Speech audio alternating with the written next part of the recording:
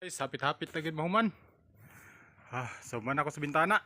So karon unyang ugma kay mag-flooring ni. Dire. Flooring. Para butangan nag bridging na pud diri sa pikas so. Bintana na pud nya dire pertahan. Dire nga side pertahan ni. So nagsunog-sunog ko karon. Kay manguli. Kay wala akong helper. Ugma, kinanglan jud og helper ani. Kay magbuhos mi. Ara. So hapit-hapit na ang among munting kubo. Aming bahay dito sa Maribulan. Yan. Okay.